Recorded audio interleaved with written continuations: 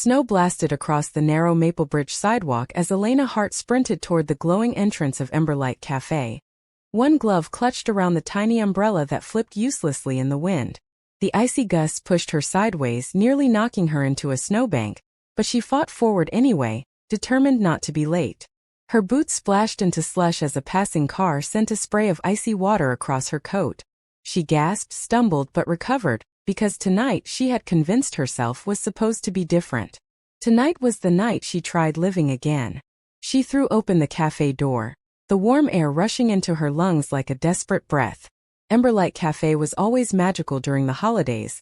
Gold lights hanging like stars across the ceiling, the soft glow of old lanterns on each table, and evergreen garlands stretching across the walls.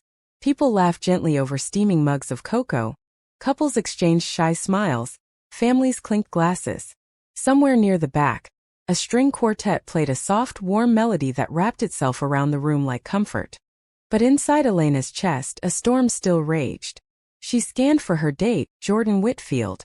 Her friend Dana had insisted Elena meet him, that he was exactly what you need to get out of the dark space you've been in. After losing her father 6 months ago, Elena felt like she'd been living under a blanket of silence. She returned to teaching but floated through her days half-present, her heart stitched together with fragile thread. Tonight was supposed to be her first step out. She spotted Jordan at a small corner table. He didn't wave. He didn't smile. He barely looked up from his phone, his jaw tight, expression impatient. He wore a sleek black coat that probably cost more than her monthly rent, his hair styled sharply, his posture rigid, as if even sitting here was already a burden. Elena smoothed her coat and approached. "Hi, Jordan." He lifted his gaze slowly, like she had interrupted something important. "Finally," he muttered. "I thought you weren't coming." Sorry," Elena stuttered. "The snow was heavier than I expected." He tapped his phone. "Let's just try to get this started." A sting shot through her, but she forced a polite smile and sat down, adjusting the strap of her purse. A server approached with menus, but Jordan waved them away.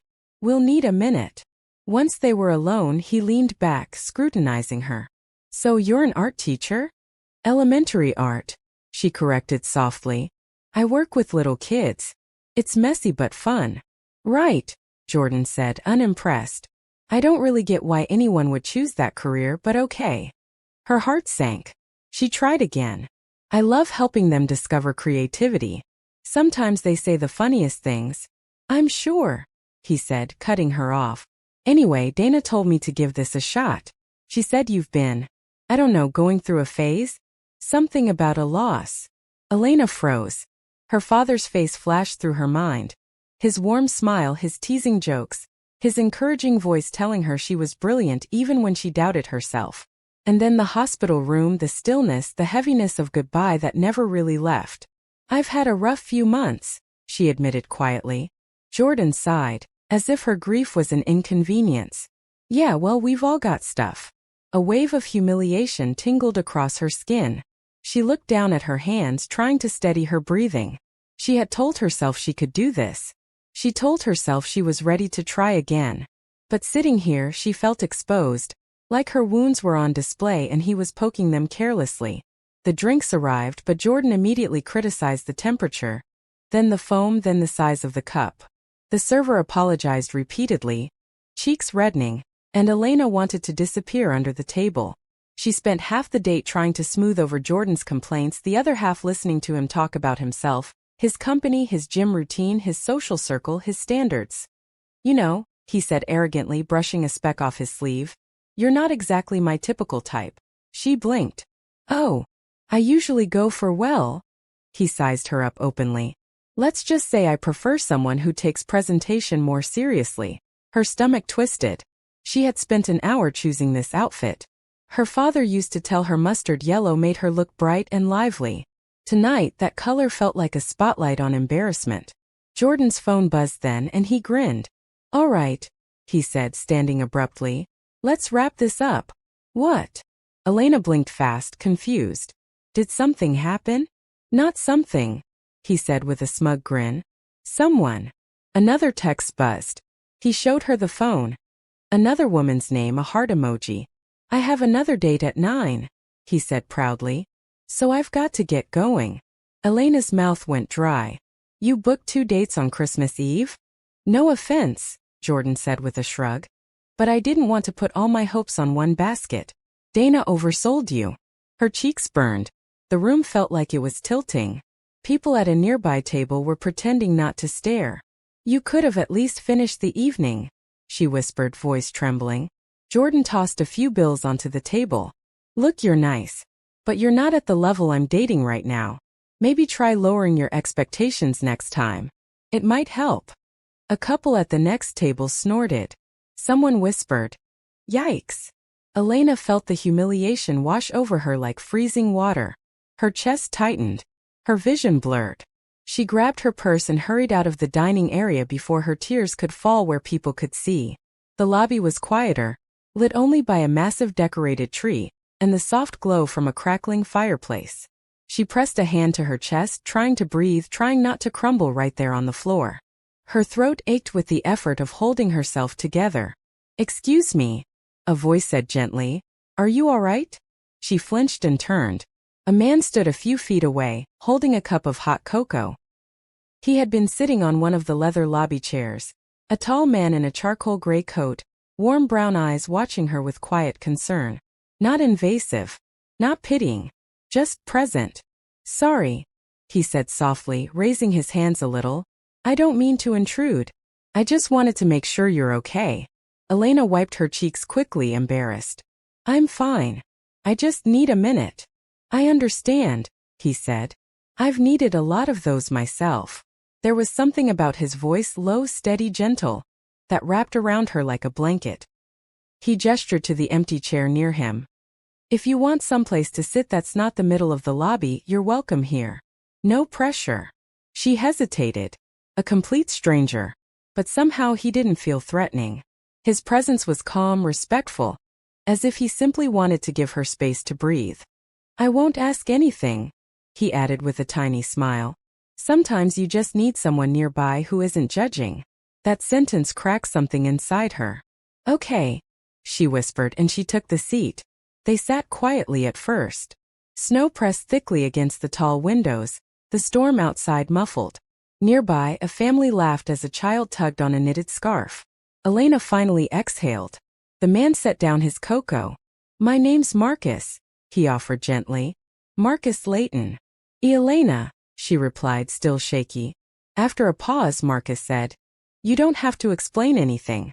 But if you want to talk, I'm a good listener. That kindness, the simple, earnest offer, unraveled her defenses. And slowly, hesitantly, she opened up. She told him about Jordan's cruelty, her humiliation, the weight of grief she carried for months. She spoke of her father, of how every holiday felt quieter now, emptier. Marcus didn't interrupt once. He didn't rush her. He didn't make comments or try to lighten the mood. He just listened, eyes steady, posture relaxed, giving her room to exist without judgment. When she finished, he nodded slowly. I'm really sorry, he said softly. What happened to you tonight wasn't about you. It was about someone who didn't know how to treat people. A warmth rose in her chest. Comfort, unexpected and deep. Marcus hesitated, then said, I lost my wife a few years ago. Different kind of loss, I know. But the silence afterward, it changes you. Makes the world feel heavier. Elena looked at him gently. I'm sorry. Thank you. He offered a small smile. I tell you that only so you'll know. I understand what it's like when people assume you're supposed to be over it after a certain time. As if grief runs on a schedule. Tears stung her eyes again, but they weren't from pain this time. They came from relief. From being seen. They talked for hours, not flirtatiously, not intensely, but with quiet honesty. They shared stories about the people they had loved and lost, about loneliness, about trying to rebuild. Elena laughed once. A soft, genuine laugh she hadn't heard from herself in months. And Marcus smiled as if the sound itself was a gift. Time slipped by unnoticed. Eventually, the cafe prepared to close. People bundled up, servers wiped down tables. Elena stood, feeling a strange mixture of calm and uncertainty. I should get going, she said. Before you do, Marcus replied. I want to show you something. If you're comfortable, of course. She hesitated, but curiosity nudged her forward. Show me what? Just a moment of hope, he said softly. They stepped outside. Snow fell thickly, coating the pavement in a glowing white blanket. Marcus led her across the street to a building with tall, frosted windows and a brand new sign covered partially by cloth. He pulled the cloth aside. Aurora Creative Studio, opening soon. Elena blinked. Oh, it's beautiful. He reached into his coat pocket and handed her an envelope. She frowned, confused. What is this? Open it. Inside was a membership form, fully paid. And beneath it a small silver key. Elena's jaw dropped. Marcus, no. I can't accept this. We barely even know each other. Marcus shook his head gently. This isn't a romantic gesture. And it's not charity.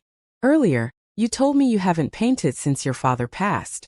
You said you feel like you lost that part of yourself. I don't think you did. He pointed to the studio door. I think she's still in there waiting. This space is my gift to anyone who needs a fresh start. One of the programs my foundation runs covers creative recovery for people dealing with grief and trauma. Foundation. Elena repeated slowly. He hesitated before admitting. I run the Leighton Foundation. We help families, artists, and educators rebuild after hardship. I try not to lead with that because people hear foundation and stop seeing me as a person. Her eyes widened. Not a show-off. Not arrogant. Not like Jordan at all. Marcus continued softly. I'm offering this because someone once helped me when I was drowning. And I promised I'd do the same for others. Elena felt overwhelmed, stunned, grateful, uncertain, moved all at once. Marcus, I don't know what to say. You don't need to say anything. He stepped back slightly to give her space. You don't owe me anything. Not friendship, not time, not attention. This is just a doorway. One you deserve to walk through. A group of people exiting the cafe paused, watching the quiet exchange with warm curiosity. Snowflakes drifted between them like tiny stars. Marcus added softly, but if someday you want to get to know each other, slowly at your own pace, I'd like to start as friends. Something inside Elena clicked gently back into place. Not perfectly, not all at once, but enough for her to breathe without pain. I'd like that, she whispered. The church bells chimed midnight, echoing across the snowy streets. People cheered in the distance as Christmas Day officially began. Marcus extended his hand. To new beginnings? Elena's hand slipped into his. Not romantically, but with trust. To new beginnings, she echoed. They walked back toward the cafe together, slow and quiet. Elena glanced at the studio key in her hand, glowing softly in the streetlight. Felt like hope. Like possibility. Like her father would have smiled and said, I knew you'd find yourself again. And for the first time in a long while, she believed him. As the snow continued to fall and their footsteps disappeared behind them, the night felt warm, not because the storm had eased, but because a stranger's kindness had sparked something she thought she'd lost forever. If you enjoyed this story, remember to subscribe, like, and share your thoughts in the comments. Your support helps bring more heartfelt stories like this to life.